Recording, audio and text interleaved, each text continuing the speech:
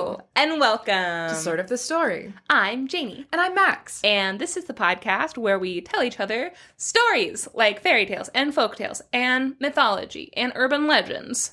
And also, You're here. You're here. Hi. Welcome. Oh, are you scared? Don't be scared.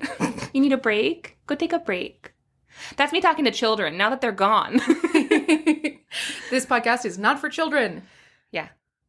That's it. That's it. Honestly, how many more times can we say it? Don't let your children listen to this podcast. Nope. I recently made the mistake of sharing our milestone. We got to 50,000 downloads, which was very overwhelming for me. I was really excited about it. So I shared it to my Instagram, my personal Instagram, and I was like, guys, this is overwhelming. This is a weird thing that's a thing. 50,000 people have, or I mean, not 50,000 people, but 50,000 people have 50,000 unique devices have downloaded our... Yeah, and that's cool. And so I shared it, and that accidentally published it to my Facebook, which is for old people, as we all know. Mm-hmm. Only the old people are on there, including me, who is as old as time. And so all of my, older relatives were like, wow, what's a podcast? And, this lady that I respect, who I went to grad school with, who's, a mom of, 3 amazing, quirky, individual, unique children. And she's a painter, and she's just awesome. But she's also deeply religious. And she was like, well, I know what I'm downloading on my next long trip. And I was like, I really have to warn you, it's not good. It is good, it's good, but it's not for you. I don't know how else to say that.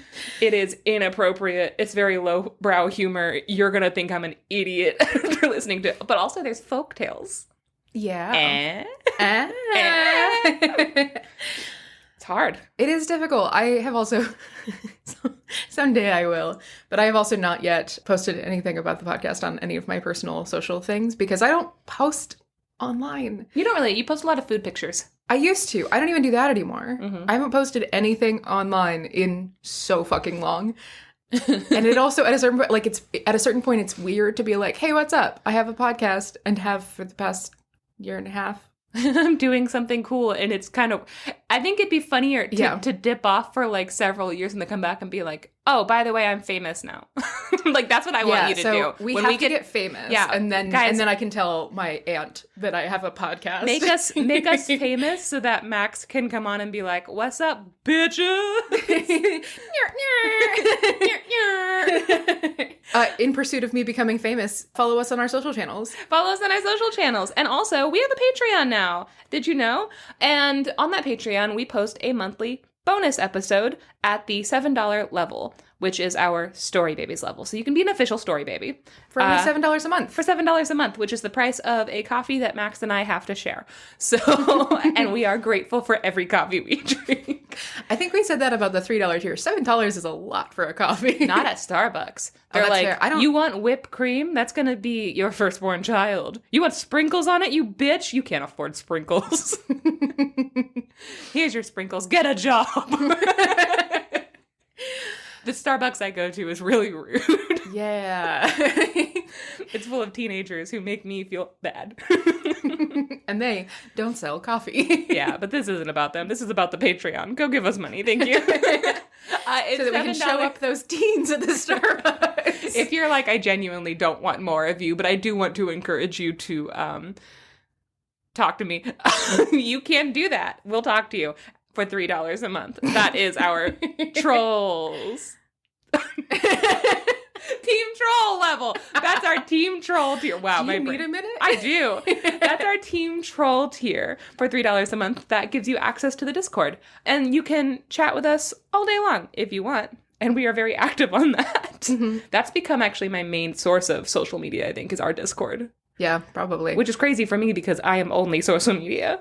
That's true. You're just a golem made of hair and social media. I'm so hairy. Covered in a thin layer of human skin. I already told Max this, but I realized I'm getting close to the end of my school year, of my first year being an art teacher at an elementary school.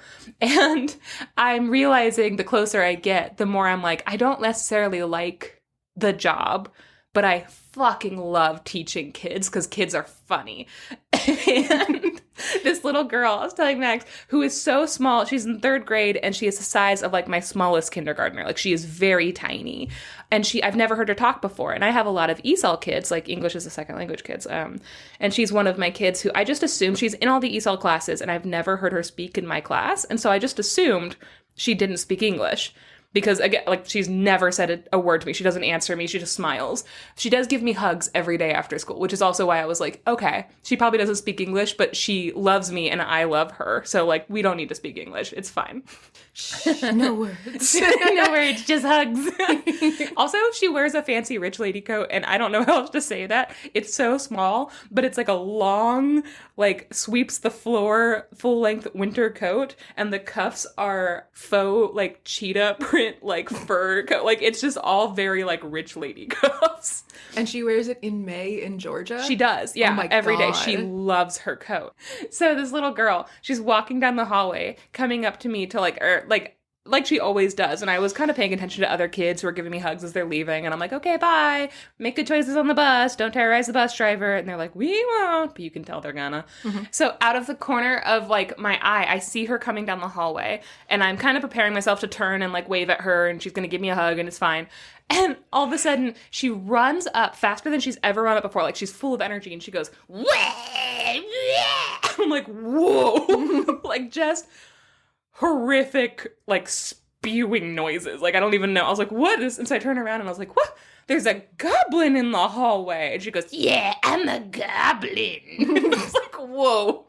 The first thing I've ever heard her say out loud. And it was, yeah, I'm a goblin. And so I responded how you're supposed to, which is, ooh, hello, goblin. I'm also a goblin. And she's like, bleh. She goes, wait, hold on, I can do the noises. Do you want to hear it? And I was like, I really do. Yeah. Again, when has she ever spoken? Apparently, no accent. She's not an ESOL student. And she goes, wait, I can do the noises. Do you want to hear? I was like, yes. And she goes, bleh. And I was like, wow. I was like, we'll have a good day. And she's like, thank you. And she's still racing down the hallway, and I'm like, don't run. She's like, okay. And all of the other fucking 3rd graders going to the hall are like, what's happening? Why are you talking like that? And I was like, what, you've never seen 2 goblins conversing? That's boring. Anyway, it was the best moment of my whole life. That's pretty goddamn That's good. the news. Oh, God. Just, I can do the noises. Do you want to hear? Okay. Well, and that's the new... I like teaching. Wow. I taught a little girl how to be a goblin. I didn't have to teach her. She knew. Almost like she taught you. She did teach me how to be a goblin. Who taught who? Who rescued who? Me or that goblin? Temporarily possessed child. I play a video game called Elder Scrolls Online, and there's a quest that you can do where someone's like, help, this goblin stole my notebook that has my secret recipe for fancy beer in it. Oh. You have to go kill the goblin and steal it back. And so you go and you fight the goblin, and then the goblin's like, wait. And you're like, what? And it turns out that the goblin is actually a guy, this guy's best friend who disappeared, and he didn't mean to steal the notebook. He just had it on him when he got turned into a goblin. Oh, no. And so then you have to figure out how to, because the fancy beer turns you into a goblin, as it turns out, and he was testing it, and they accidentally made a potion that turns you into a goblin. So you have to, like, figure out how to turn him back into a person. And so, like, you turn him back, and then he's like, oh, wait. Oh, I have depression now. Oh, no. Being a goblin is better than being a person. Oh, that, honestly, being a goblin is better than being a person. And that's the end of that. That's the whole story. That should be a shirt. I'm going to make that shirt. It's going to be in rainbow letters. Just being a goblin is better than being a person. Yep.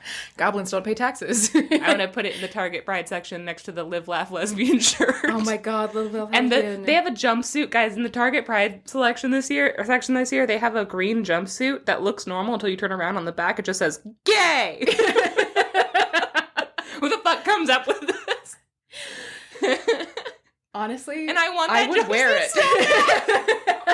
It's such a cute jumpsuit, and on the back it just says gay. Be really good if your name was gay. Also, it would be so good. You'd have to explain that every time. No. Okay. So, Janey, you have a story for us today? Okay. I do have a story for you today, and I am going first, and I'm excited to tell you about it. And I think you're going to like it. Okay. Okay. Goodbye. No. They were already together. You printed them together. Okay, Max. I'm just saying I'm getting fucking notes on how I shuffle my notes. You picked up your notes that were already in a pile and already in order, and you picked them up, you tapped them on the table twice, and then put them back down. They were already in order and squared away. Like, I flipped them over. They were upside down so that Max wouldn't peek, because as we know, Max is the dirty peeker. And I turned them around, and they were slightly askew. And excuse me, I think I have undiagnosed obsessive compulsive disorder, and I don't like it when they're obscued. Obscued. It's a word I made up. Pretty good. Sticking by it. DJ obscued in the house. So this story, I thought it was going to be not a problem of me researching. I read it. I really, really enjoyed it. And I was like, great. And then I started researching as I did my notes, and I went down like 17 rabbit holes, and I was like, I can't. And then it took me 3.5 hours to just write notes on this story. And it was a slog. But I like it. It is from the second Virago Book of Fairy Tales, edited by Angela Carter. Ooh. I knew you would like this because you're a fan of Angela Carter. I am. OG monster fucker. She is. And she's awesome. I was trying to figure out what is Virago. It's the second Virago Book of Fairy Tales. It's just a publishing company. And she has obviously a first Virago Book of Fairy Tales. It's just called the Virago Book of Fairy Tales. Mm-hmm. And all of her stuff is very woman-centered. It's like female-led stories. They mentioned that Angela Carter was born in the 1940s, and so when you talk about like Angela Carter feminism, it's really not necessarily even like shout-out-loud feminism. You know, she was never like, this is a feminist tale, but just like she writes kind of just fucking awesome women. Yes. And very female-centered stories. Like all of her stories are very female-centered and female-led and badass. Nights at the Circus by Angela Carter is one of the 2 books that I read last year. And one of the main characters is a woman who was born with wings. Like, she's one of the main characters, but also she, like, grows up in a house full of sex workers and is, like, has a really, like, she swears constantly. She's, like, very well educated. Yeah. And, like, a little bit spoiled and pretty rude and, like, just, like, a deeply flawed and amazing person, which is just a really cool character to have written at that time. Yeah, that would have been like the 80s. Yeah, they call her Fevers. Fevers. Because it's set in the UK and she has feathers. And they're stupid and can't talk. Okay, so. That was a joke. Please don't come for me. You guys are going through so much right now. They just had the coronation. Oh, yeah. But this book is amazing. I'm going to talk about it way more, but it's just very cool. I do want to show you Max. The illustration style are all like woodcut illustrations. Ooh. They're by Corinna Sargood, and I'm going to talk about her in detail. But look at the first picture. Oh, beautiful. Oh my God. You want to describe it since it's the podcast? No. Well, guys, and that's it. See you later. It is someone's like back up to like the top of the backs of their thighs and the backs of their arms and the back of their head. And it's all this massive, I guess, full body tattoo of just this really intricate, like interlaced, there's like skeletons and like people and like these like goblins and vines and like maybe phoenixes. Yeah, it's all like folklore like characters and stuff. Yeah. It does remind me a lot of Japanese illustrations. Like this is very much like the full body tattoos, of course, is reminding me of like the Yakuza, you know, like there's a lot of illustrations of like full back tattoos and stuff like that are associated with that. And it's just so cool and so beautiful and so specifically folkloric. Mm-hmm. And that is Corinna Sargood in a nutshell. So, who put her there? A ghoul. Oh, no. But that's a story for a different day. So this story is from Hungary, and it is called Pretty Maid Ibronka. There once was a beautiful young maid named Ibronka. No. Because she was so pretty, and she was a maid, and her name was Ibronka. Everybody called her Pretty Maid Ibronka. Sure. So even though she was the most beautiful person in the village, she had yet to find love. People talked behind her back a lot about it, and she felt really ashamed. She was like, I'm getting older, and nobody has fallen in love with me. Why don't people like me? Like, what's wrong with me? Oh my God. And I'm like, maybe because you keep spiraling out of control. Work on yourself, bitch. But she was like, I'm pretty. Why won't anyone love me? So one day, she found herself thinking, I wish God would give me a sweetheart, even if one of the devils he were. And God was like, oh, word? Because I know this really bad devil. I've been trying to hook him up and nobody will date him because he's a really bad devil. I'll give you his number. So that evening, after she thought this very foolish thought, a bunch of her friends were over at her house spinning and chatting. Not doing a spin class. They were spinning thread, wool. I don't know what they do. And a young man... They were spinning thread on the, like, spin cycles. Yeah, that's how they were doing it. Yeah. So that's how they did things in olden times. That's nice. It's multitasking. So a young man no one had ever seen before walked into the room of her house. He just walked right in. Huh. Okay. Which I thought was weird, but nobody comments on it, so maybe it wasn't weird. He was wearing a sheepskin cape and a hat with a crane feather in it, so sharp dressed. And he said, Hi, everyone. Nice to meet you. I'm just going to sit right over there. And then he took the seat next to Ibronka and he leaned in and said, Hey. She was like, oh, hi. And they began to chat. And soon their small talk became a full conversation where they were both going back and forth and telling each other stories and making each other laugh and genuinely just having like a really intense, immediate connection. And at one point, Ibronka got distracted, maybe laughing at a joke he told, and she accidentally dropped her spindle. She reached down to pick it up because it had fallen like right next to this handsome young man's foot, right? And she's like, oh, I'll get it real quick. And he kind of leaned down and she's like, no, I got it. And she reaches down and her hand brushes his foot and she realizes... Italian leather loafers. The Chanel boots. Yeah, he's wearing them. No, she realizes that he doesn't have a foot at all. He has a cloven hoof. Oh, no. She snatches the spindle and she like sits up really quickly and like looks around. At that point, though, everyone was like, hey, it's getting late. We're going to leave. And so just naturally the party shifts and they're like, okay, we all have to go now. So she shows them all out until only the young man is left. He kind of lingers and he embraces her and he tells her like, it's really nice to meet you. And she's like, okay. And she's kind of thinking to herself like, maybe I didn't see what I saw. And so she hugs him back. And her hand sank straight through the flesh under his ribs. Like he was like rotting, I guess. I have no idea. Ew. That is weirdly not as shocking to her as the cloven foot. And I feel like that would be way more shocking to me. Maybe it's like he's wearing like a down winter jacket. And she went into the feathers. Yeah. And she doesn't understand how that works. So immediately she's like, I need some advice. I don't know what to do. And so she runs to the old woman next door who was known to be wise and whom Ibronka really respected. And so she tells this old woman the whole story. And she's like, listen, I specifically asked God to send me a lover, even if he were a demon. And then I guess God did. So, like, what should I do? Which is, I think, fair why she would be hesitant to be like, I can't date a demon. Because literally this seems like God maybe sent her a demon, you know? She's like, I don't want to, like, just send him away. Also, he's hot and no one else loves me. And I'm desperate. Ibronka. So the old woman told her, like, hey, don't overact just yet. Nope. Stop overacting. I just don't know what to do Ibronka, about this demon. This is why nobody wants to date you. Sent me? This is why nobody loves you. What? You're a terrible actress. This is a movie town, not a play town. So the old woman tells her, don't overreact just yet, but go somewhere else to spin for the next couple nights. Like, you were at your house, just go somewhere else. And we'll see if he can find you elsewhere, right? Maybe he just knew where you live. I don't know. And so every night... And that's fine. For the next couple nights, she goes to a new friend's house. And it seems like this group of friends, they're kind of cute. It seems like they circulate between each of their houses. So every night they, like, spin together at a different person's house, like a different person hosts. It's like a cute little spinning party. Like a book club. It is. And so she's like, okay. So every time she does that, though, at each house, the young man in the sheepskin cape and his hat with the crane feather shows up and sits next to her. And despite her apprehension, they'd talk the night away, and she found herself becoming, like, really fond of him because he didn't seem scary. He seemed hot and nice, and they were getting along. But still, she was cautious because remember, he has those weird goat feet.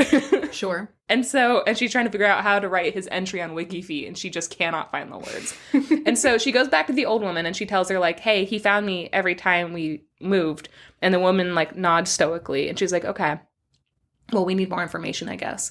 And then she reminds her that little girls who are just learning how to spin will wind their thread into balls to make it, like, easier to work with. And so she says, I need you to wind thread into a ball. Next time she saw her sweetheart, which is what the story calls her, so I'm going to call him the sweetheart, she needs to find a way to covertly tie the end of the string to his sheepskin cape, right? And then, of course, she was to let the thread unwind as long as she could, and when it stopped, she was to wind it back up and follow. The same way as Jason and the Minotaur, right? Yeah. Like, that's just this story. So that evening, everyone came to her house to spin again, and pretty maid Ibronka was waiting for her sweetheart. But he was late. And then he was later. And all of a sudden, she's like, oh my god, this is embarrassing. Like, whoops. And all her friends who seem like dicks start to tease her. They're like, uh-oh, I think he stood you up. And she's like, he didn't stand me up. He's just busy. He's coming because he always comes. It's fine. But, like, eventually, he does show up, right? So she was right. She kind of breathes a sigh of relief, and he says hello to everyone. He's like, I'm sorry I'm late. And then he sits next to Ibronka, and the night was full of conversation and laughter, and eventually, when it was close to midnight, everybody went home. And so pretty maid Ibronka embraced her sweetheart, and, like, after a few really awkward moments of her, like, fumbling with her arms around him, trying to, like, tie something to his coat. And he's like, are you trying to take my bra off? Yeah. He's like, what's happening back there? And she's like, don't worry. I just really like, oh, this makes me so horny. He's like, what does? I feel like you're trying to pickpocket me badly. So she's doing a bad job. But eventually she does manage to tie the end of the thread to his sheepskin cape. And he's like, okay, well, bye. He says, you better go in now, my dear, or you'll catch cold. And he says, like, maybe the weather will be better next time and we can stay out a little longer. We can maybe take a walk in the moonlight. I don't know. But for now, it's really cold. Go inside. And so then he leaves. So pretty maid Ibronka waits inside her house and she just watches this thread quickly unwind in her hand, right? And it goes on and on and on and on. And eventually she's like, oh my god, what if this never stops? Like, where is he going? This seems so far. But eventually, as she's thinking this, it does stop. And so she immediately, like, puts on her coat and she opens the door and she starts to rewind the thread. And she's walking out into, like, the cool, dark night. And her thread ball grew larger and larger in her hand as she walked, and eventually she came to a churchyard. She followed the thread to the church door, and she saw that inside a light was shining through a keyhole in the door. So she bent down to peep inside the keyhole, and she was horrified by what she saw. Mm-hmm. Her sweetheart was inside, sawing the head of a dead man in two. Quote, just the same way we cut a melon in two. So he's just sawing a melon in half, but it's a man's head. Mm-hmm. Then he began to slurp the brains out of one of the head halves. Good soup. A little snack. Yeah. So pretty maid Ibronka wasn't quite as charmed by this as you and I clearly are. She was horrified. She broke the thread and she ran home. However, the man must have seen her running through his window, right? He looked outside and he's like, oh, fuck. And so no sooner had she thrown herself inside her house, slammed the door and locked it, did she hear his voice from outside her window. And he said, this is a quote conversation. Not a quote unquote conversation. This is a conversation. This is a dialogue. Quote, pretty maid Ibronka, what did you see looking through that keyhole? And she answered, nothing did I see. And he said, you must tell me what you saw, or your sister shall die. And she said, nothing did I see. If she dies, we'll bury her. And then he left. Damn. Yep. All right. And the next morning, pretty maid Ibronka's sister was dead. So she goes to the wise old woman and she sobs to her about what had happened. And she explained everything, which is one of my least favorite things that is written in a lot of folklore. It's just like a bad writing style, I think, because like the action will happen and then a character will explain it in detail to another character. Like, I already saw the action happen. There are whole paragraphs where she's like, okay, so I did what you said. I tied the thread and it was awkward. And then I followed him. And then, he was cutting it half the way that you would cut a melon, you know. And then he was slurping on the head half. And then I ran. But I think he followed me. And then he said, and then you just had to listen to the whole full quotes again. Like, it's like a copy paste of what you already saw. Anyway, I fucking hate that. But it also comes up all the goddamn time. I think the only reason to do that is if the reader's understanding of what happened is different from the character's understanding of what happened. But it's not, because it's not a copy, yeah. Right? But like, if the character is like, oh my god, I saw him eating the brains, and then I was hungry, so I ran home to get some dinner, and I think he thought I was mad. Like, yeah. You know, only if it's to explain that there's a difference between the reader's perception and the character's perception. But if that's not the case, then there's no reason to do that. And with this particular story, because I don't want to talk ill about Angela Carter's writing style, and I don't know if that's something that she does in her everyday writing, but when she's writing folklore, it's just or when she's editing folklore, she doesn't technically write this folklore, right? So it's probably not on her, but also, God, I would cut that out. You know, I would not have, I would just say she told the old woman what happened. Right. So that's what I'm going to do from now on. So the old woman told her to put her sister's body in the outhouse, normal-like. And she's like, okay, but I kind of came over here for comfort, and you're telling me just to put her body in a bathroom. But all right. So pretty maid Ibronka did as she was told. And that night, her sweetheart returned to her window again and called out, pretty maid Ibronka, what did you see looking through that keyhole? And she replied, nothing did I see. And he warned her that if she did not tell him, her mother would die next. And she replied, if she dies, we'll bury her. But I didn't see anything. And he says, okay. And the next morning, her mother was dead. And so again, the old woman advised her, put her mom's body in the outhouse immediately, along with her sister's. And so she did that. Same outhouse? Same outhouse. They're just stacking bodies in it. So that night... Is there like an out of order sign on the outside? I don't know. The outhouse is like an old... That's like nobody's ever used that. Hopefully. So that night, he came back and he asked her again what she saw through the keyhole. And she's like, I didn't see anything. I've already told you. And he's like, okay, well, you know what? Your father's going to die next if you don't tell me. And she's like, well, if he dies, I guess we'll bury him. So I don't have anything else to tell you. And she wakes up the next morning and her father is dead and she was all alone. That's her whole family. Mm-hmm. And so she drags his corpse into the outhouse and then she goes to the old woman again, sobbing. This is what she says. Quote, oh, mother, mother, I need your comfort in my distress. What is going to happen to me? And being a comforting old woman who definitely knows how to talk to a grieving young orphan, the woman says, oh, you're going to die. And she's like, word? And she says, oh, word? And she's like, listen, you're gonna die, okay? It's just gonna happen. And she's like, why did you have me follow him? You've had bad advice up till now. Only trouble has befallen me. You should have told me to break up with that boy. So she told the girl to have her friend sit with her that night. And that when she died, they were to not take her body out through the front door. And they were not to even take her out through the windows. Instead, they were to cut a hole in the wall and push her body in its coffin through that hole. Afterwards, they were not to take her along the main road. But instead, they had to cut through gardens and bypaths, and she could not, under any circumstances, be buried in the cemetery. But instead, she had to be buried in a ditch in the churchyard in like an unmarked grave. And so she went home, she called for her friends, and she told them the plan, and they were like, what? Oh, word? And they were like, oh, word. She asked them to take care of her house when she was gone, and eventually they were like, okay, and they kind of waited up with her, and they were like, I don't think anything's gonna happen. I think she's kind of crazy with grief, but we're gonna like humor her. And they all fell asleep, but when they woke up the next morning, she was dead. So her friends cut a hole in the wall. They were like, these were her final requests. They cut a hole in the wall. They pushed her coffin through it. They dragged it through people's yards and gardens and shit, over little kids' sandcastles. And they were like, hey. There's a tricycle just caught up under it. Yeah. And they buried her in a ditch. As she would have wanted this, they said, as they just dug a 6-foot little hole in a ditch. Then they patched up the hole in her wall, and they cleaned up her house, and they left, because they had also promised her, we'll take care of your house. So that night, her sweetheart stopped by her window and called up to her. This confused me a bit, but I think it's kind of cool. When she didn't answer, he was like super confused. So he went to the door, and he kicked it open, and the house was empty. So he turned and he asked the door, quote, tell me, door, was it through you they took Ibronka's coffin? And the door's like, nah, man, I've just been chilling all day. Don't kick me again. I had nothing to do with it. And he turns to the window and he's like, hey, did they take her coffin out through you? And the window's like, nope, not me. And he's like, well, I am stumped. And he walks past a giant gaping hole in the wall. They like patched it up with caution tape. Who could have done it? So he went out to the road and he asked, road, did a group of sewing nerds carry a coffin with a beautiful lady in it along you today? And the road's like, you sound crazy. You need help.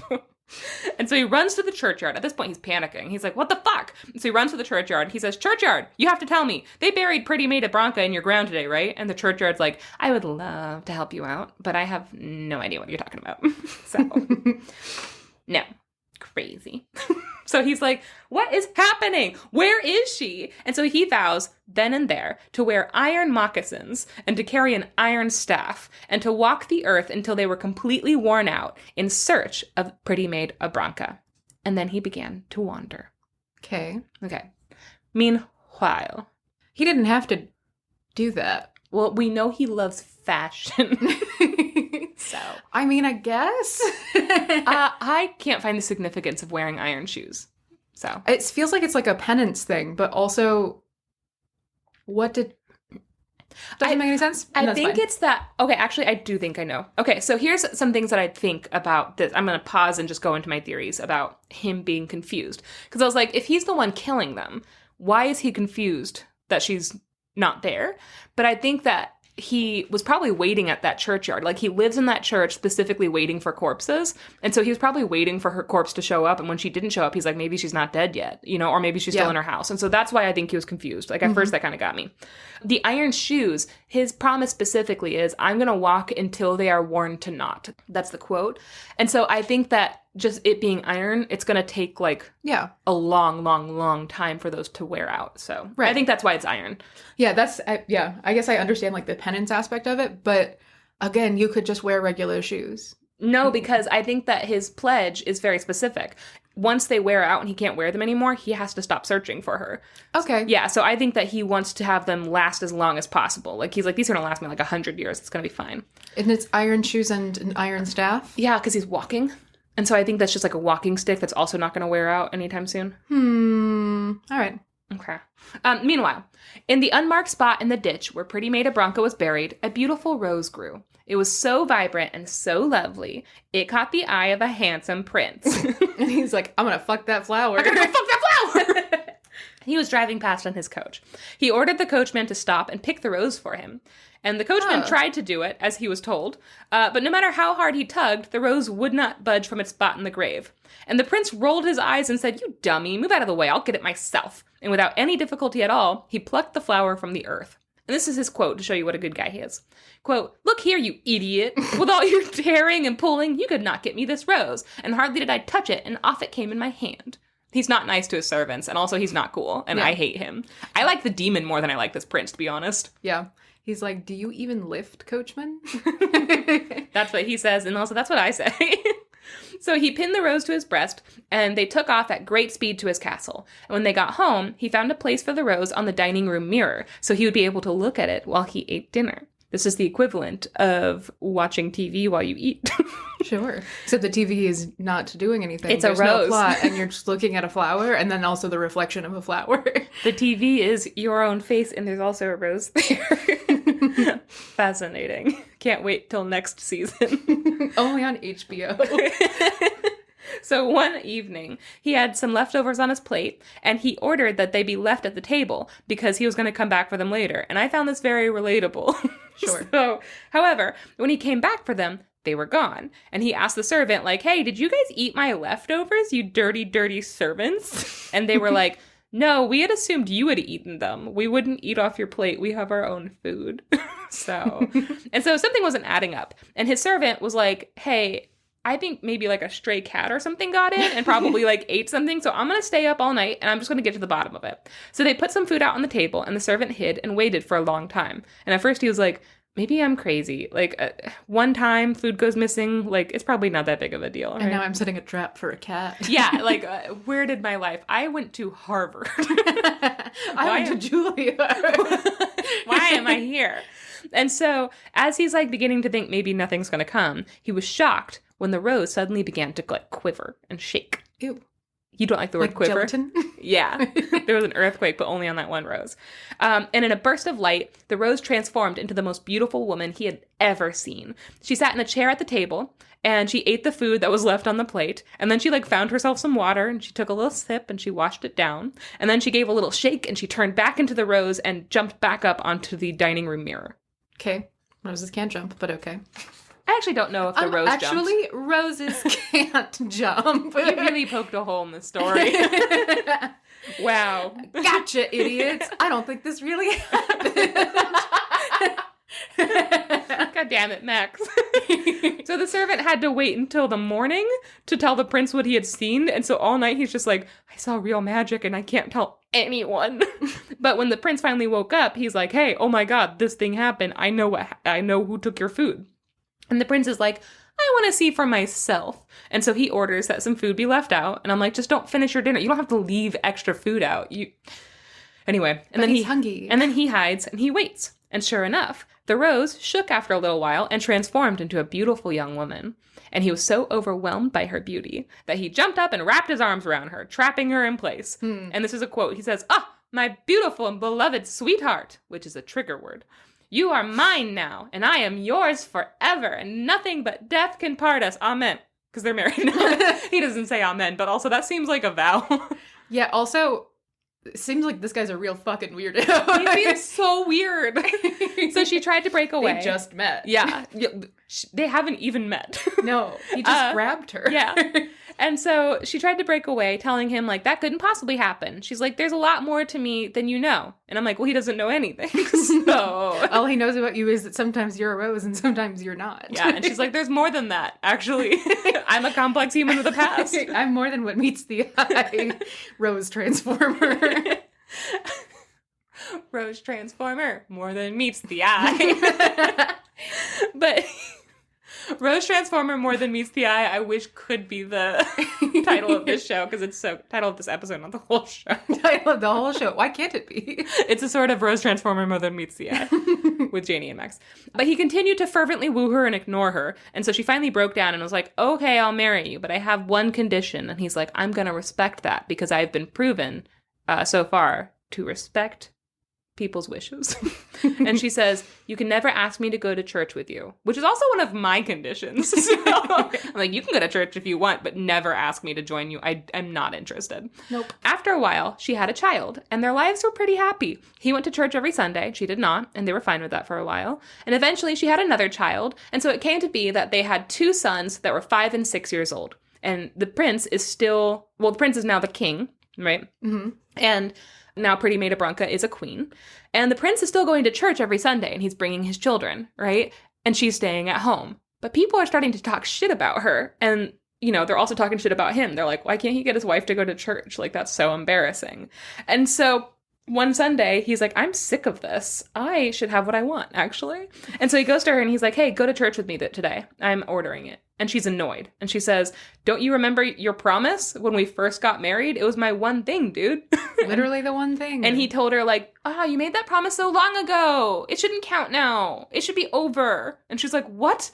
And he says, well, you embarrassed me because I'm taking my sons to church all alone. That's kind of a woman's job to make me go to church.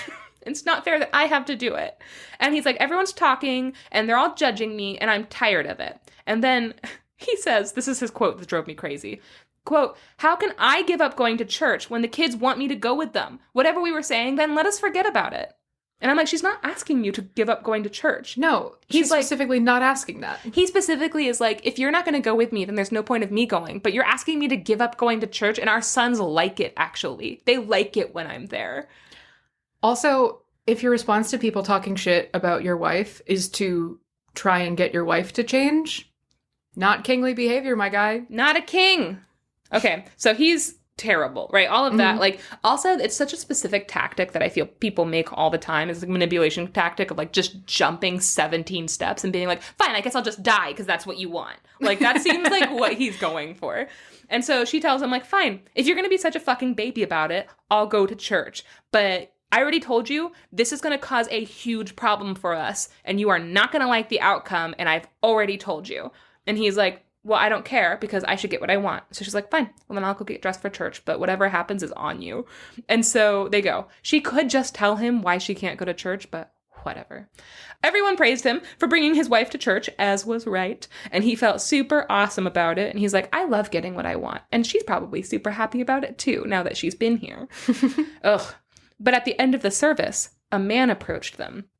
He was wearing iron shoes, worn to holes, and he was carrying an iron staff. And he smiled at them and got really close to her, like she's a queen. He got too close to her. Mm-hmm. And he says, I pledged myself that I would put on a pair of iron moccasins and take an iron staff and go out looking for you, even if I should wear them to naught.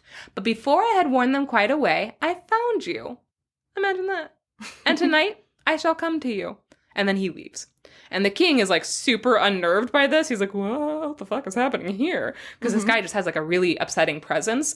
And he's like, hey, why did that strange man just threaten you? And she's like, well, I guess we'll wait and see, right? Because she's pissed. And so they wait anxiously for evening to come. And eventually, they heard this man's voice outside of their bedroom window, calling out, "Pretty maid Ibronka, what did you see through that keyhole?" And Ibronka began a speech. And I'm not going to do the whole speech because the whole speech is just repeating the whole story, but I do think this is kind of fun. She says, "I was the prettiest girl in the village, but to a dead and not a living soul am I speaking. And all of the other girls had a sweetheart, but to a dead and not to a living soul am I speaking." And as she's retelling this entire story that I've already told you, she interrupts herself every other sentence to repeat, "But to a dead and not to a living soul am I speaking." And her sweetheart is standing outside of the window, and he's shouting louder and louder, "Pretty maid Ibronka, what did you see looking through that keyhole?" And so they're both talking at the same time, and he's just outside just screaming more and more, like, loud. She went through following the thread to his house, but she skipped over the part where she saw him crack open a dead man's head like a lemon. She's like, even in the retelling. Like a lemon? Like a melon. I have dyslexia. You have an obsession. Okay, so she went through following the thread to his house, but she skipped over the part where she saw him crack open a dead man's head like a melon, right? Because even in the retelling, she's not going to tell him what she saw through that keyhole. Mm-hmm.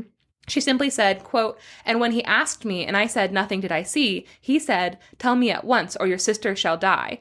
But, to a dead and not a living soul am I speaking. And all the while, he never stopped shouting through the window." She described her sister, then her mother, and then her father dying, and says, "But to a dead and not to a living soul am I speaking," and how after she died, her friends cut a hole in the wall and buried her in the ditch. "But to a dead and not to a living soul am I speaking."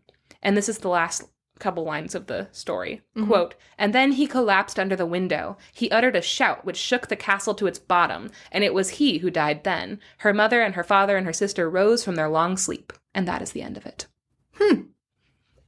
Okay. Weird, right? Yeah. Because there's no explanation for why this was solved. Yeah. Like, was this her confronting him? Her repeating, "But to a dead and not to a living soul am I speaking," seems like some sort of spell. Like, she's confronting him. She's like, "I know who you are. I know what you are. And I know what you are." Say it. "How long have you been 17? He's like, "I never told you I was 17.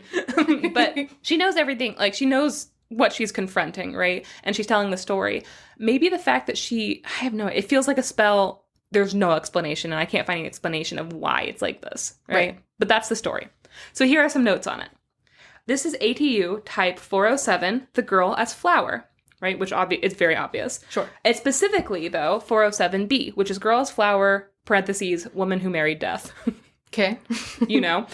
That feeling when you're a girl who is a flower and you marry death. That feeling when TFW, you're a girl who is a flower who married death. Wait, I want that shirt. I'm going to make that shirt. That's really good. Promises. So this book, as I mentioned before, is edited by Angela Carter, who had a great love of fairy tales, specifically female-driven fairy tales. And there's a note from the publisher because this is the last book she ever wrote before she died. She died at like the age 51 from lung cancer. Like, she was real young when she died. And this is a note from the publisher. Quote, "About a month before she died, Angela Carter was in the Brompton Hospital in London. The manuscript for the second Virago book of fairy tales lay on her bed. And she said, 'I'm just finishing this off for the girls,' she said. They go on to say that they told her not to worry about finishing the book. They were like, 'Listen, like, you're really sick and we don't need you to finish this. Like, obviously, like, just take care of yourself and take care of your affairs.' And they also reminded her, like, we already published the Virago book of fairy tales. That was enough. You don't have to do any more." And she would not hear of it. She said, quote, "She claimed it was just the project for an ailing writer to pursue while lying on the couch. And she worked on it, like, basically up until her death. She was still working on this book." Mm-hmm. Angela finished the stories and had them all grouped together under her chosen headings, which these are the headings in the book: strong minds and low cunning, which I thought was hilarious. Up to something, black arts and dirty tricks, which is this story. Mm-hmm. Beautiful people, mothers and daughters, married women, and useful stories. Those are all the headings. So she had them all organized and grouped, and she had written notes on all the stories in the back. So, like, this is a sourced material. Like, she has every part of where she found it. She puts, like, the publishing data if she found it in other collections of folklore. She has people listed and their names and who they are and, like, where they're from and what their background is. Like, she just has a lot of fucking really in-depth details in the notes, which is very fun. But She didn't finish them. She made it up to, I believe, like halfway through Married Women, and then was like, she couldn't do it anymore. She died. And so Virago hired Shahrukh Hussain, editor of the Virago Book of Witches, which I am buying immediately because it's a gorgeous fucking cover and seems super cool. And they hired her to complete the remaining 29 notes. This story, The Pretty Maid Ibronka, is extremely well-known in Hungary. This is what I got from Angela Carter's notes on it. Mm-hmm. She said it's well-known in Hungary, Lithuania, and Yugoslavia. And she got it from a book called Folk Tales of Hungary. And the authors of that book heard it from a Hungarian man named Mihaly FedEx. Miley FedEx. I am so sorry to the family of Miley FedEx. He was an illiterate day laborer who went to the U.S. during World War I and then went back to Hungary and would tell his stories in the long winter nights to like whole crowds of people to keep spirits up, like both in the war and when he returned. This is a quote. It was custom to interrupt his own story by calling out bones to his listener to see whether they had gone to sleep. And if the encouraging answer, tiles, came up, he would go on with the story. But if there was no answer, he knew that his companions had dropped off and he would continue the story the following day. Aw. Isn't that cute? Also, that reminded me, didn't you say something like that when you were doing the Haitian stories? That one of the narrators would do something similar? Yes. Also, that is in my story today, which I'm really excited about. That's so cute! Yeah. So guys, we're going to start yelling bones at you to see if you're still listening. And if you don't answer, we suggest you turn off the podcast and come back tomorrow. This book is block print illustrated by Corinna Sargood, who is Angela Carter's illustrator and her close friend in real life. In a Guardian article by Susanna Clapp, their relationship is described like this. Quote, their imaginations were highly attuned. When Carter died in 1992, Sargood's drawings decorated a shocking pink invitation to a memorial in Brixton. She did an illustration for her memorial invitation. I thought that was really sweet. She used her first visit to Mexico to work on lino cuts for the Virago Book of Fairy Tales, which Carter was editing at the time. Being too ill to travel, the writer had instructed the artist, do Mexico for me. Aww. And then she had. This trip to Mexico became Corinna Sargood's entire rest of her life. It inspired her so much. She just went back and her whole illustrative style just became like Mexican folklore and block print illustrations and like spreading like Mexican cultures like that. Like this woman, that's what started this for her. Very cool. Yeah. She had an exhibit in 2019. She's like 82 years old now. She had an exhibit at the Black Swan Gallery in the UK. And her exhibit is an extraordinary collection of multi-layered painted wood dioramas, dense and brilliant embroideries, prints, and artists' books, like never before seen work, because she's like this prolific illustrator. Corinna's work explores her life in Mexico, Peru, and the dark world of fairy tale. And there's a quote about the actual exhibit that I got from an article on it. The exhibition includes densely embroidered work and a number of dioramas, some with moving parts. The woodwork is made by Corinna's husband, Richard Wallace. Aww. And these are some pictures of her work and what it looks like. Beautiful. These are all dioramas. You can literally kind of like look inside of them. Oh, they're amazing. They're so colorful and so like dense. Like there's so much detail, and it's like a lot of really bright sort of like primary colors and pastels and everything. But yeah, this is beautiful. Yeah, it's gorgeous work. And then the bottom is just her and her husband in this little gallery. I think that's the Black Swan Arts Gallery. Mm-hmm. So you can walk through this little house. It used to be an inn. It's like from the 1700s, and now it's an art gallery. Oh, I love it. It looks like it could be her house. I thought it was for a long time. It looks a lot like her art. Yeah. Well, I think they specifically decorated it to look like it could be her house. But I love it. Yeah, I'll include these pictures in the notes, but that's a little love note to Angela Carter and Corinna Sargood. And a very strange story that, who knows, it's extremely up for interpretation, I think. Yeah, I really liked it, though. Pretty Maid Ibronka. Weird that she had to stash her family in the porta potty. Okay, here's what I'm really glad you brought that up, because I thought that was really weird, too. But I think liminal space? Everyone knows a toilet is a liminal space. I mean, come on. No, because I think that it was so he couldn't find them. I think that he doesn't poop. He's not in her bathroom. He's shy. No, he is feasting on corpses. That's why he lives in that churchyard. So I think the thought was like, you can't let them get buried because he will steal their bodies and like feast on them. And the old woman, I think, was setting her up to eventually be able to come back. That being said, we don't know how long, like she was at the very least, if everything happens within like a week, right? She has a 5 and 6-year-old son later on. Yeah. So it took like 7 years.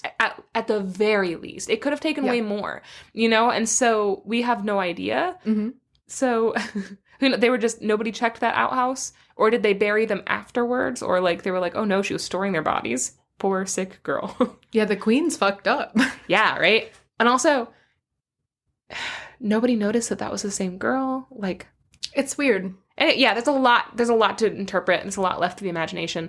I like a lot of the tropes. I really like her being, it's like an It Follows situation of him just kind of always being on her trail. Mm-hmm. I like that. I like the idea of iron shoes worn to holes. I thought that was a really cool detail. Yeah. Yeah. There's a lot about the story that I really liked. It kind of like tickled a little like eerie part of my brain, you know? Yeah.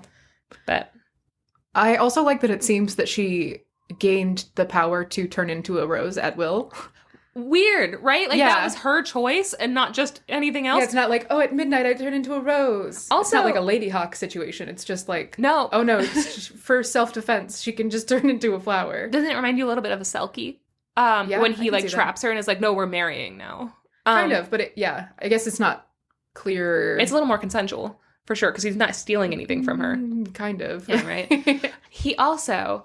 I weirdly like that she doesn't cave at the end and tell what she saw, because that's what I went back and I reread that speech over and over again because I was annoyed that we were just listening to the same story, but also I was like, she doesn't once talk about what she actually saw. She skips it. Yeah. And I'm like, I kind of like that. Like, up to the very end, she's like, I'm not fucking reliving this, ya bish. Also, here's something that I really like that isn't in the text of the story, but which I am reading into it and I think is fun. Mm-hmm. She's, like, horrified because he's eating a dead man's brains. Yeah. Sure, right? Mm-hmm. But, like, he doesn't talk to her after that. He's just like, what happened? And then he kills her sister. Yeah. I like the idea that she could have, like, gotten over it. And then he murdered her whole family. And now she's like, now, no. Like, you think that she could, like, maybe if he had been like, I'm really sorry about what you saw. Like, I have to do this. If she could have been a Bella. He could have been like, this is the only... thing that will keep me alive. I only it really could have been like, if he had been especially cooler. Knowing Angela Carter, knowing that again, I say this with the utmost affection and respect, a monster fucker, 100%. That's definitely a place that the story could have gone of like, oh, now she understands and they get together and it turns out that he's only a devil to some people, like you know, something like that. And instead he was like, oh shit, she saw me eat a person's brains. Guess I gotta kill her family. It's like, oh, that's why you're a bad person, actually. You know? Yeah. Your reaction rather than the action. 100%. That could have gone a different way. And I really hope to see the Wattpad stories where it does go a different way. Yeah. Hit us up, Discord. Okay, cool. Well, do you want to take a quick break then? Yeah, let's do it. All right. We'll be right back.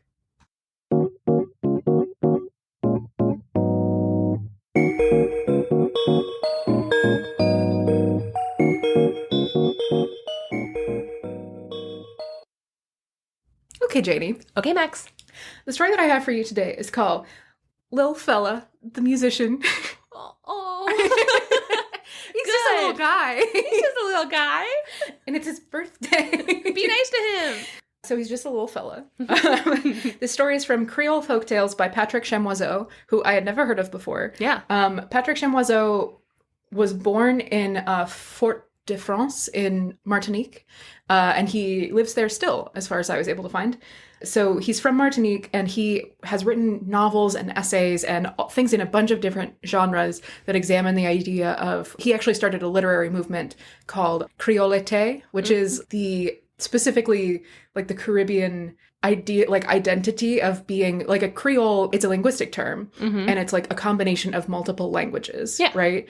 And so he was like, you know, it's beyond the language. It's also culturally, you know, the Caribbean being like, you know, having the French influences, the Spanish influences, the influences from West Africa and everything like that.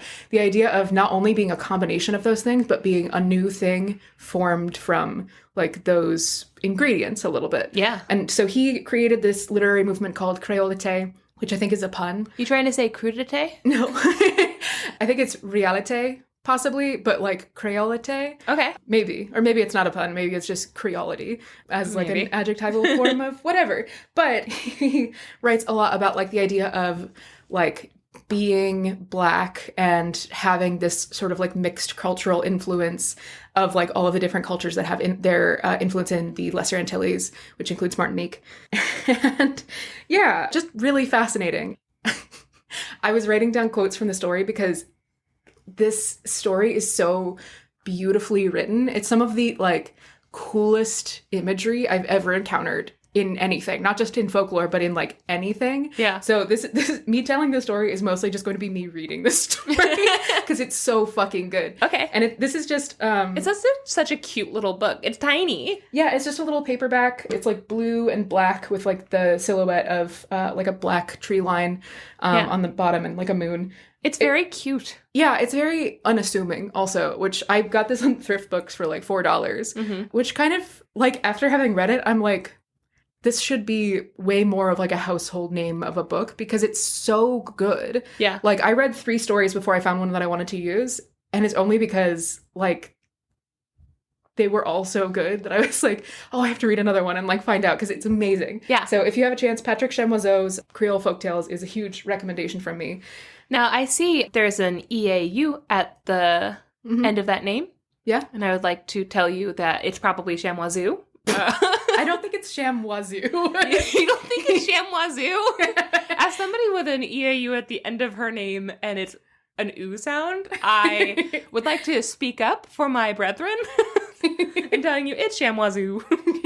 I don't think it's Chamoiseau. I think you're wrong. So I opened up this book. I was looking at the titles of the stories, and some of the titles are really fascinating, and I haven't read the stories yet, but I love them. There is, the most beautiful one is Under the Tub, which I need. That sounds like it sounds like what they were, the working title for What Lies Beneath. Yeah. Madame Calamity, which is a version of, what's it called?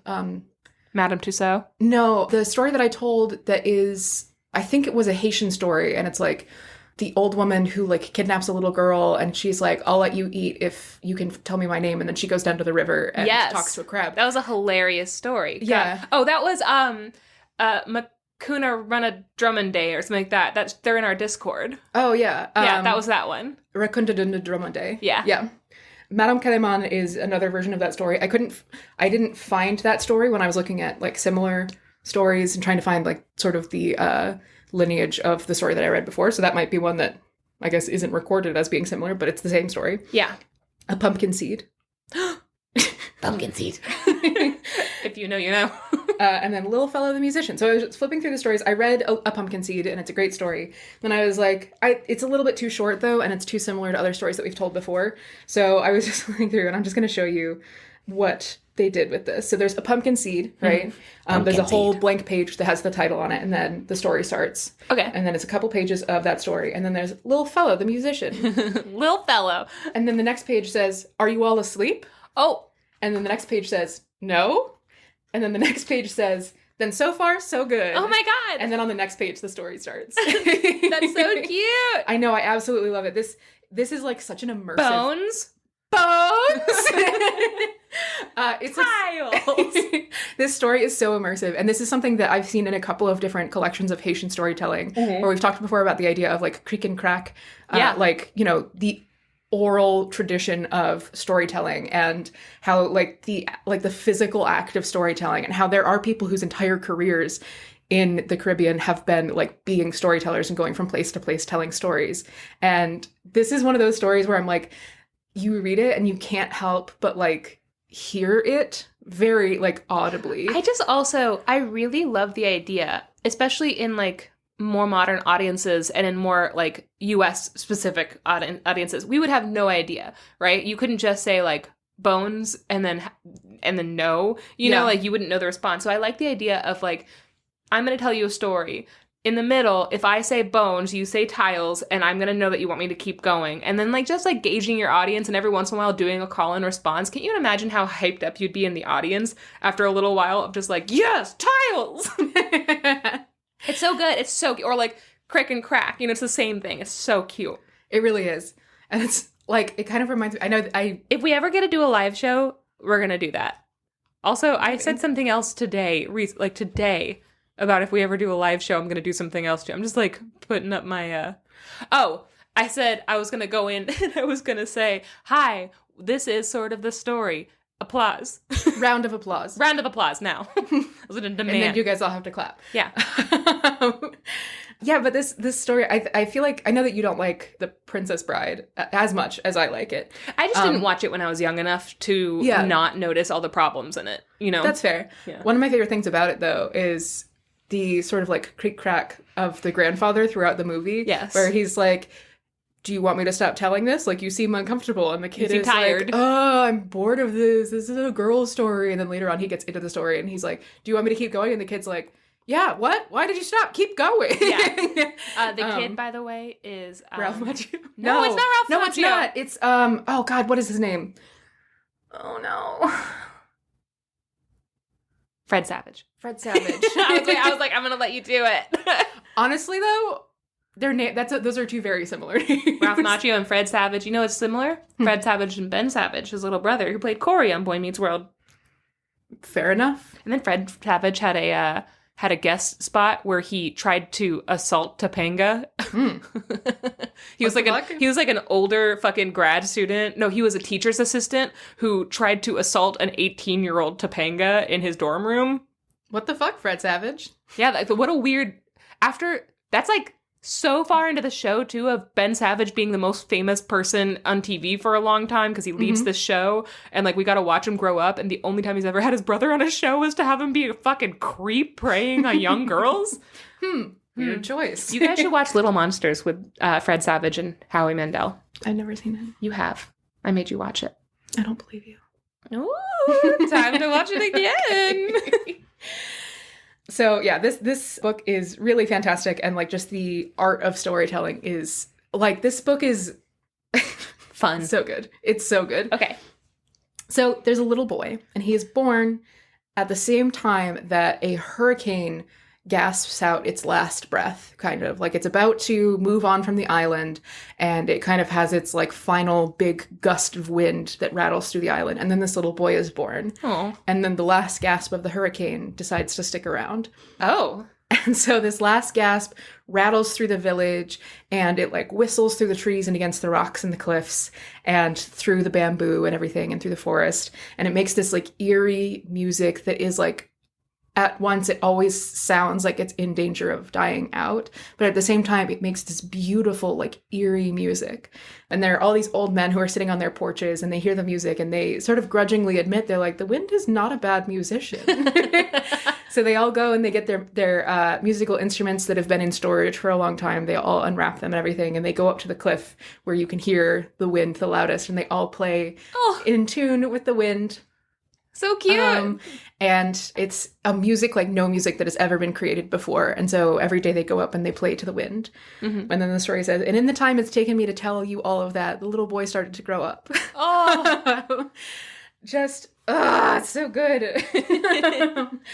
So the older men, they play the music every day, and it says, everywhere folks from the towns or countryside, wearing perfume or simply sweaty, set themselves to dancing. Oh, to dancing. Yes, to dancing. In bold, despite of the vicissitudes of life. So it's like, even if they were unhappy, they heard this music and they wanted to dance. Yeah. And even if they, like, you know, they danced so much that, like, you know, everyone was sweaty, or they were, like, wearing perfume, and it was just, like, this human smell everywhere of, like, dancing. Yeah. In spite of, you know, everything that everyone was going through. Yeah. Which the subtext, I would assume, is that, you know, being Black in the Caribbean.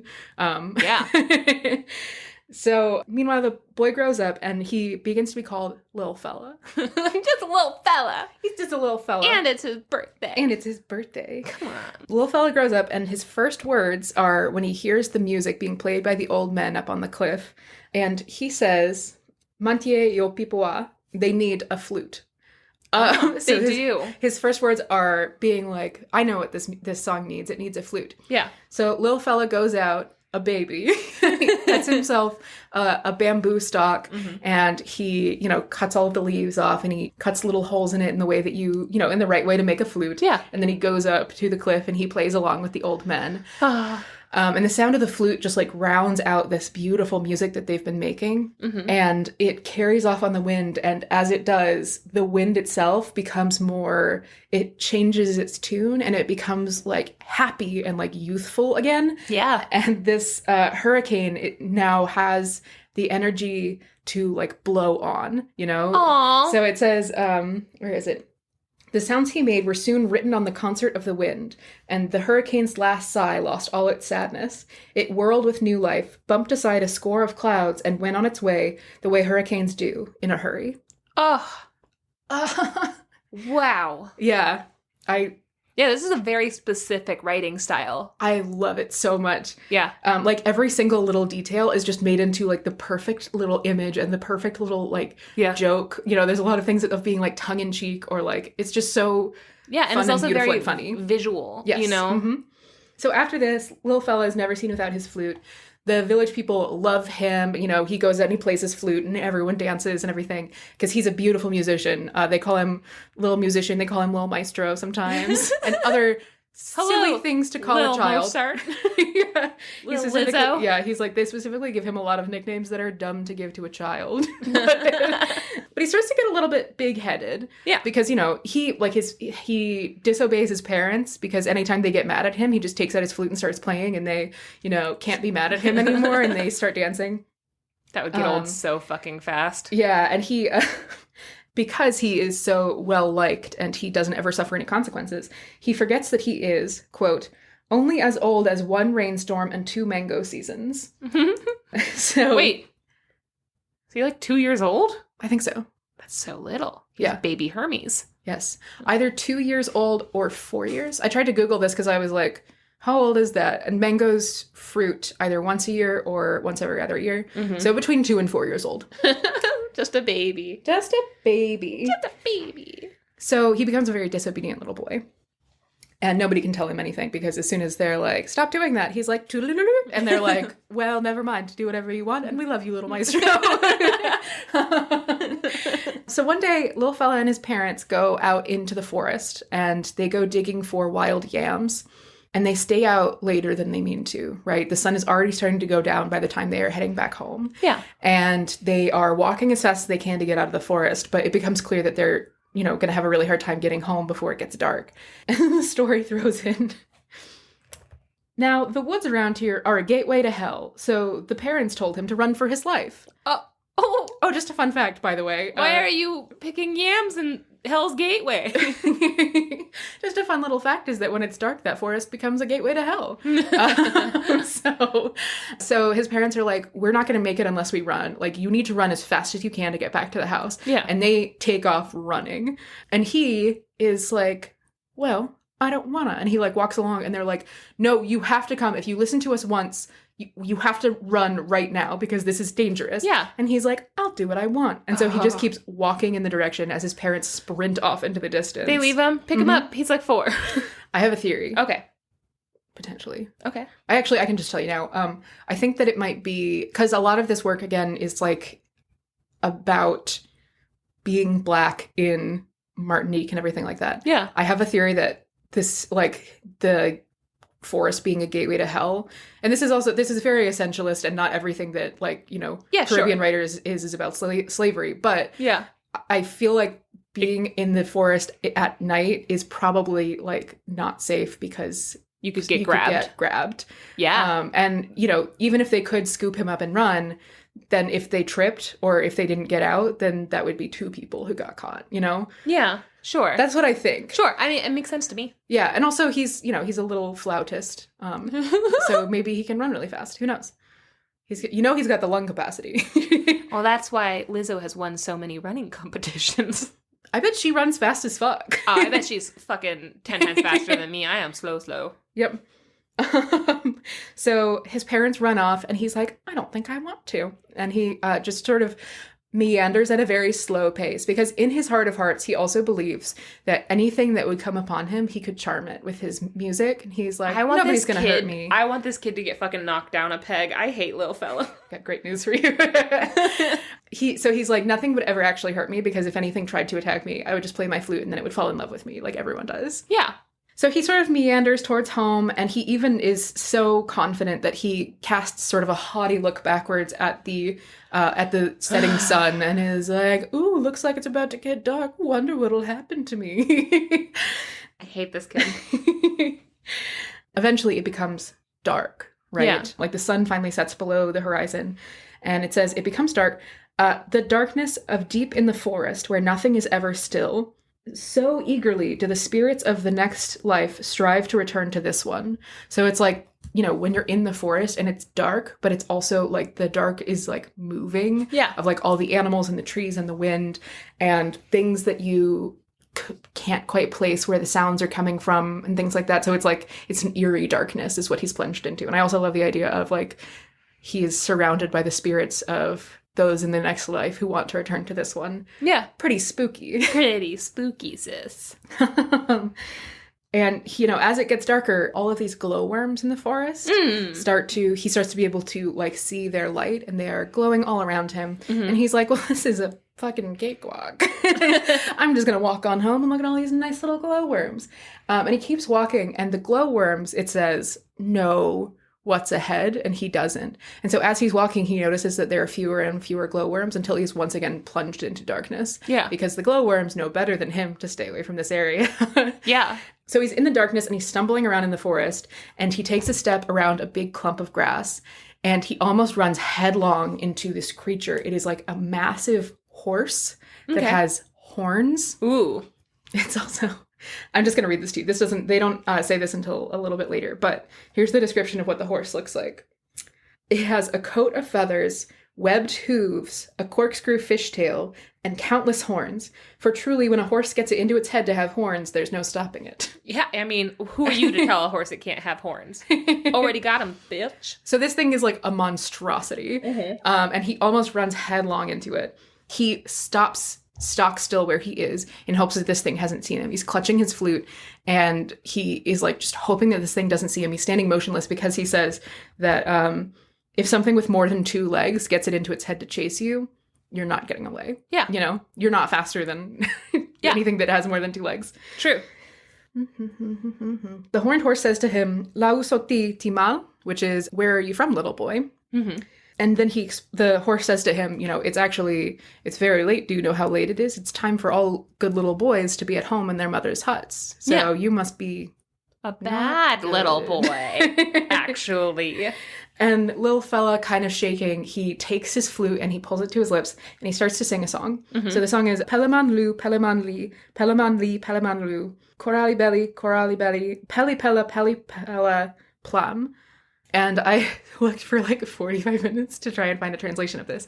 But this is a Martinesian Creole, which there aren't a whole lot of research. Martinique is pretty small. And Haitian Creole, you know, a lot of people are kind of like, close enough. But I wasn't able to find any translation resources on this.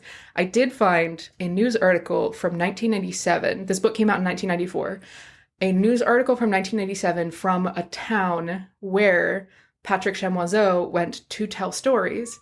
And in that news article, which was in French, and I had to translate, they talked about, they said, like, one of the stories that Patrick Chamoiseau told was this story called Pelaman Lu, Pelaman Li, which is what he named this. Yeah. And there was and again, this is automatically translated from French to English. Yeah. So they were like, Pelaman Lu, Pelaman Li, which is like a rude way, or like a sweet way of saying, like, shut up, woman. What? Or, sorry, shut up, madam. And I was like, okay, well, I guess that's a weird colloquialism that I don't understand. So if you're from Martinique and you know what this means, then please tell me. But okay, but I think here's my pitch. Mm-hmm. I feel like you could have mistyped that, or maybe they mistyped that, and it's actually an ad for Peloton, and it's Peloton you, Peloton Lou, Peloton Lee, Peloton you, Peloton me, buy Peloton, promo code, sort of the story. So Pelaman Lou, Pelaman Lee apparently means something along the lines of "shut up, madam." That's what Peloton means as well. Shut up, get fit. And then Corali belli. Crawl on your belly to your Peloton bike. Meet your new trainer. His name is Mike. Oh. It's it's closer to like Portuguese. And the closest I could find is, I couldn't find that phrase anywhere, but Corali is sort of like, I think it's something to do with the voice. Okay. Like chorale. Yeah. Not chorale. Choral is what I meant. Like a chorus. Yeah. And then belli is like beautiful.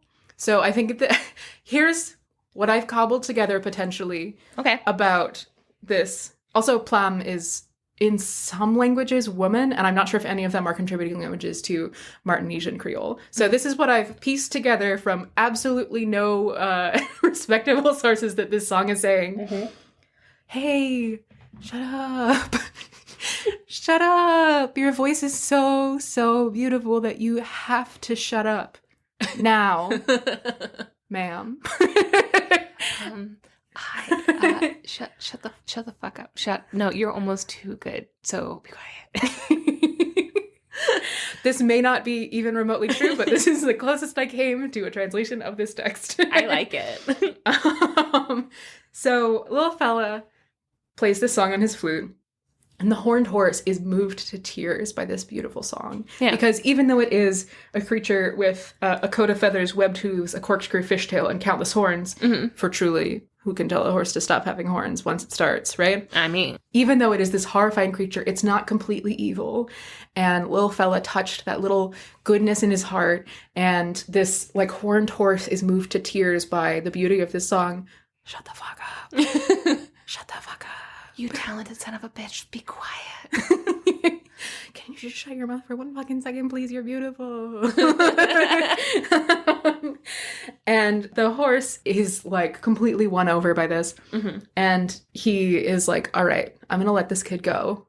And he says, Passe monti, mais la plus belle en bas la baie, which is, pass my son, but the best is yet to come. This is just an Orpheus tale. Like, that's just word for word Orpheus, you know? With the horned horse is like weeping and is like, okay, you're allowed to leave now. Like even the way that the horned horse is kind of described, not the physical attributes, but like is how Hades is described in the Orphic hymns. Like, this is just Orpheus playing his lute for Hades and Persephone and trying to get his wife out. Like, possibly. Yeah. But the horned horse specifically says, he's like, I'm going to let you go, but just so you know, there's better up ahead. Uh-oh. And by better, he means worse. Better than me because I admire serial killers. So little fella, you know, sort of like backs away and continues going in the direction that he was. And he is no longer walking and like daring anyone to come talk to him. He is like almost running. He's doing that like weird little almost run thing where you're like, you like run for a second, then you're like, no, slow down. And he's running through the forest.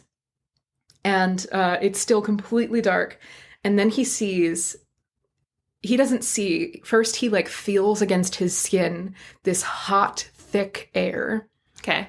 And then he smells a smell of a stale stink of rancid fry pans and withered flowers. Ew. Yeah. Kind of sweet. Like a sweet, sickly, rotting smell. Corpsey. Yeah, real gross. Such a beautiful description. It is. And then he is able finally to see the thing that is creating this horrible breath.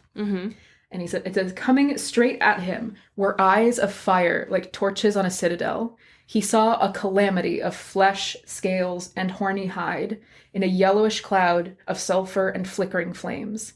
Sometimes this sort of thing is called a dragon, but whatsoever it is called, the effect remains the same. Yeah. I love that, like, a calamity of flesh, scales, and horned flesh. Yeah. Oof. Horny flesh. Horny flesh. Yeah. Please don't misquote him. The flesh is horny. Just like a sulfurous cloud. It smells like rot and like sickly sweetness. And these eyes like the fires on a citadel. I also just love being described as a calamity. Yeah. What a fucking yes.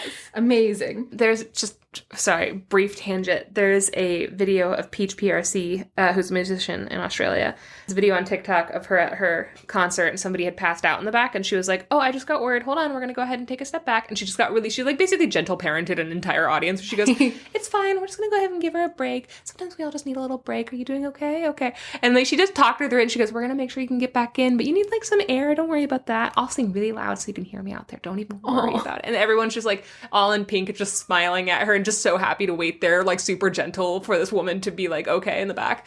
And then at the end, the woman gets up, she goes, you're okay? Okay, you absolute weapon. Let's go. And I was like, oh, I would never recover. Something like broke inside of me where I was like, I just want to be described as an absolute weapon.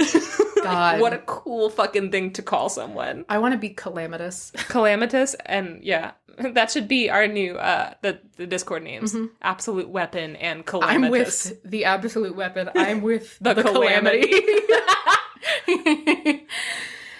T-shirts. Yeah. So the dragon with this like rolling, like greasy smoke coming all around it says, where have you come from, little boy? In Martinesian Creole. It says, where have you come from, little boy? It's the time of the night where all little good children are at home with their mothers in their mothers' huts. Mm-hmm. And little fella sort of, he is like, great question. And the answer is, and then he starts playing his flute. And he plays the same song again. He says, Pelaman Lu, Pelaman Li, Pelaman Li, Pelaman Lu, Corali belli, Péli, Péla, Péli, Péla, Plam. And the dragon hears this song. And I'm going to read this. Again, like I said, I'm mostly just reading this because it's fucking beautiful. It's beautiful. Oh, the Calamity showed some very lovely teeth. It lit up in delight. Its little flames smoked with pleasure. With its abysmal nostrils, it sniffed little fella's milky smell. The desire to gulp him down was greasing its tongue. All the same, it is moved by this music. And it says, pass, my son, but the best is yet to come. Ooh. Yeah. So this creature is like hungry for this child, but the music is so beautiful that even though it like leans in and smells the like, I love the idea of like the milky smell. I was just saying, of that's like such a little boy. Yeah, like the baby smell almost. It is a baby smell. I could smell that. The second you said that, I had like a weird sense memory. Yeah, exactly. Yeah. And especially in contrast with this like greasy, sulfurous, rotting smell of the dragon. Mm-hmm. Yeah. And also the abyssal nostrils is pretty good. Yeah. And he says, pass, my son, but the best is yet to come. Mm-hmm. So he's like, I'm not going to hurt you, but also something's gonna. So little fella at this point, he backs away from the dragon, the thing that is like a dragon in many ways, but isn't necessarily called a dragon. Yeah, and who the fuck cares because it's just as scary. Yeah, exactly. Awesome. He backs away and then he takes off fucking running. Yeah. He is done fucking around, Yeah, sure, listen to my parents. It says, how shall I describe it? Little fella took off, yes. His heels flying about his ears, his eyes popping from their sockets, his arms flapping like wings. Yes, he ran. He's running so fast that his heels are up by his ears, and he's like, his eyes are bulging out, he's panting, and he's flapping his arms like a wings fucking Miyazaki character running. Or like a fucking Looney Tune. Yeah. And as he's running, it says everything crackled on all sides. The forest, he was like terrified and hyper aware, and the whole forest was like crackling with all the sounds of a forest at night. Yeah. And every one of the sounds he was afraid was going to be something that was coming for him. Yeah. And then he turns around a corner and it says, what did he see before him? As clearly as I would have seen you if you had been there. The 7-headed beast, 14 eyes of lightning and thunder, teeth of needles thicker than tree trunks, longer than bamboo stalks, yellower than jaundice, a tail that wrapped 7 times around the belly before making off for another 7 leagues. Ooh, make no mistake about that one. Instead of a heart, just a dab of grease. Just the shadow of an impossibility for a soul. Ooh. Fuck. I did like, this thing is so huge. It has 7 heads, 14 eyes, teeth that are long and yellow, and its tail is so long and like snake-like that it can wrap 7 times around this thing's massive body and then trails off for another 7 leagues into the distance. Mm-hmm. And instead of a heart, because this thing doesn't have a soul, it doesn't even have the remnant of a soul. Like, it has the place where the shadow of an impossibility of a soul just fucking, it's so good. And this thing leans in to him, and in 7 simultaneous voices from all 7 of its mouths, it says, where have you come from, little boy? This is the hour when serpents frolic in the woods, when zombies are abroad, when all good children are home in their mother's huts. Yeah. Just 7 voices in unison saying, this is the time when serpents frolic in the woods, when zombies are abroad, is fucking, terrifying. Little fella does not wait for it to finish speaking. He takes up his flute and he starts to pipe and sing, sort like for his life. Peloton you, Peloton me, jump on your Peloton, Peloton flee. And he summons up all of the energy left in his body and he plays the hell out of that flute and he sings his song. And as he's playing the flute, he summons up sort of the, like, all of the wind of that hurricane that he had tamed and banished, and he summons that into the flute, and it produces music unlike anything heard anywhere in the world. Just this, like, it sounds like 100 flutes all at once, and he, like, you know, he's just playing for his life, basically. Yeah. The beast listens to the song, and little fella sings his song again, which I won't sing to again. But the beast listens, and it tears up, and it lowers its 7 heads. And then it opens its mouth and wraps 7 tongues around little fella and eats him alive. Is that real? That's how it ends? I'm really happy I didn't. I was gonna make the joke of it listens, it's like, wow, you know any Shakira? So it listens and it hears this beautiful song and it's like, wow, really good. And it says, that old beast had a taste more for meat than for music. Oh, hell yeah. And yeah, and that's how little fella died. And he's now only a cautionary tale to tell children who don't listen to their parents. And honestly, I'm fine with it. Little fella was annoying. I fucking love that story. That was fantastic. Yeah. What a great ending. I know. It's like, no matter how fucking talented you are, your parents are telling you not to go into the woods for a reason.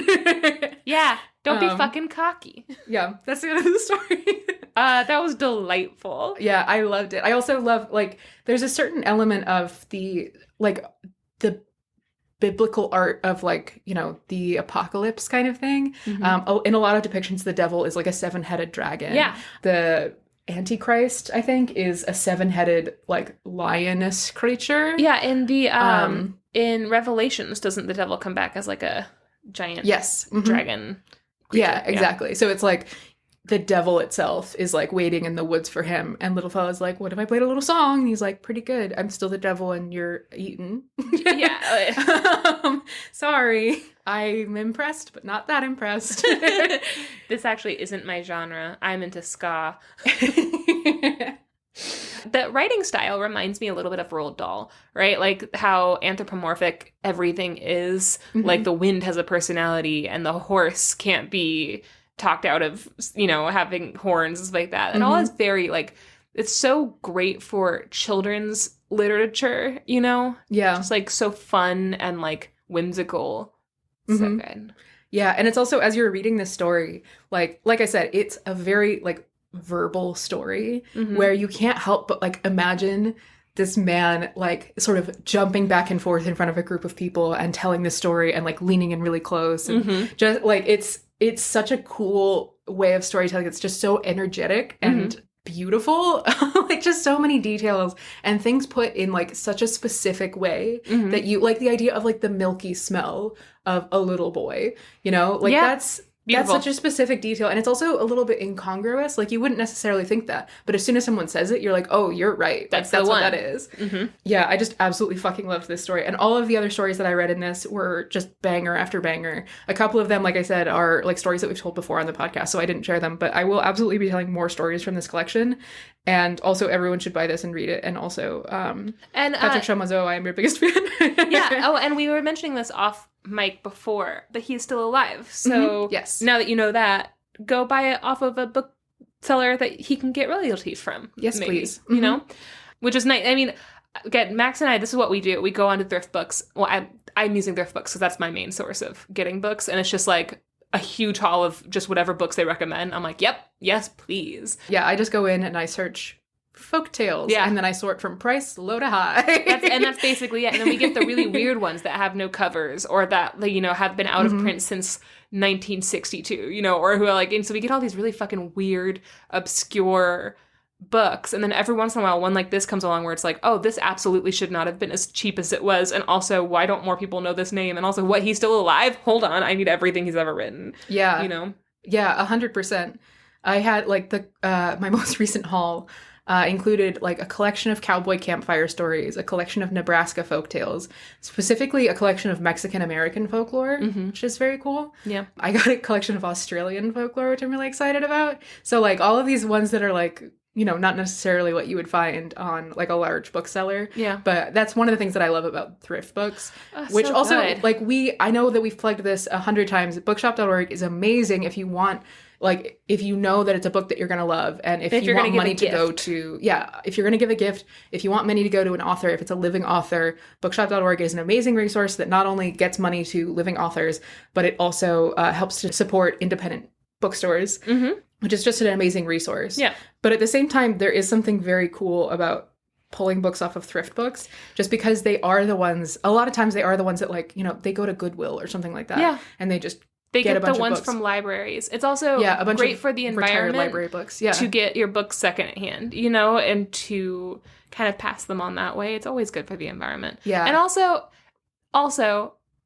it's so nice to be able to say, like, hey, I got this book off of bookshop.org and I supported local businesses. But also the books are fucking expensive sometimes. Yeah, books Not are all expensive. the time. Yeah. But, like, sometimes I'm like, God, I cannot afford to buy that. And if you can find it on thrift books, and again, the author isn't living or something like that, like, go ahead, do it. Even if the author is living, you're allowed to do whatever you want. Yeah, I mean, the there are pros and cons to everything. Yeah, the bookshop.org price for, like, new books is comparable to the price on Amazon. Sometimes it's a little bit less. Oh, it's way less than Amazon most of the time. Yeah. You know, I'll look at them, a lot of times I'll look on Amazon first and then go searching for them on thrift books. On bookshop.org. Yeah. Like when they're selling at MSRP, even then it's usually the same price or cheaper than Amazon. Yeah. Thrift books is even cheaper. But also one of the things that I love about thrift books, and again, this isn't an ad. Because we're not sponsored. They don't even have an affiliate program, and I wish they did. We are affiliates with bookshop.org, and if you want to buy new books, then please buy them through bookshop.org. All of our books are linked there. But also, one of my favorite things about buying from thrift books is when they have notes in them. Yes. I love when I have someone's like old textbook copy of a collection and I get to see their notes. The story A Pumpkin Seed has a spooky old woman in it, and they just underlined almost the entire page, and then at the bottom they wrote crone ? It's like, what was the purpose of that underline? Old crone. Old crone. That's so fun. Yeah, I love it. So also, it's so fun to get book mail. Book mail. There's nothing more fun than adding a new book to a collection of very niche interests. And that's our whole entire house now. Yeah, we have a lot of books. And also not enough. And also not enough. Guys, thank you for joining us on this episode 83. Yeah. So many fun ones. If you would like to support us a little bit more, you can join our Patreon, $3 level for access to the Discord, and then our $7 level for a whole extra bonus episode. And you can also follow us on Instagram and Twitter and TikTok and all of those. Don't follow us on Twitter. No? Don't follow us. No, they turned off retweets for some stuff. It's very weird. What? Okay, so we're going to get rid of our Twitter. But Instagram's still going strong. Woo! And I'll put all of these pictures and stuff up on there. And I also put all of the Instagram posts up on Discord, because some people mentioned they're like, I don't even have an Instagram, but they have a Discord. And I'm like, what life are you living? So those are up there as well if you would like them.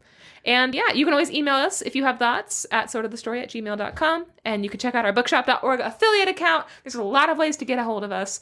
We are not hard to find. So. Yeah, and we also have a website, sortofthestory.com, where you can find all of that information and more. Oh, even more. My God. I put up a picture of Max sleeping on there, so good luck finding it.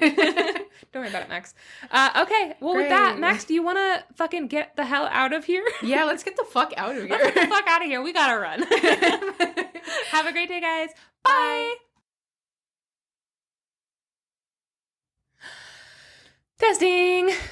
Tist. Your hair looks so cute right now. Thanks. It's like making like a bowl shape around your head, and then it's curling slightly, cute. and then it's flipping out, and some of the curls are also like, some of the flips are curling under. It's super cute, specifically. Thanks, looks like man. An illustrator painted your hair today. Oh my God, stop. Yeah. Can I have $5? I just woke up from a nap, which I didn't intend to take. I intended to take a hide, which is a term that I decided to use today because you know how like small animals and fish when you build like little environments for them, little like aquariums or tanks for them, you have to have little spaces for them to hide in. Yeah. Not necessarily to sleep in, but like sometimes they just have to hide away in a little hole. Yeah. Yeah. Sometimes I'm not tired, but I realized I just want to go in my room in my little hide. I don't actually nap. I don't think I've actually taken a nap in years. Unless I think maybe I napped during I did nap during COVID because that was when I realized that Leaf is an excellent, if you have a bronchial infection of any sort, Leaf will lay on your chest and just purr. So it's like vibration therapy. But I don't actually nap. I will lay down in my bed quietly and just like scroll on my phone. And after 30 minutes, I'm like, all my energy is back. I have recharged. Let's go. Yeah, you just need a little hide. Yeah, that's a good thing to call it because I just call them naps and then feel like a liar.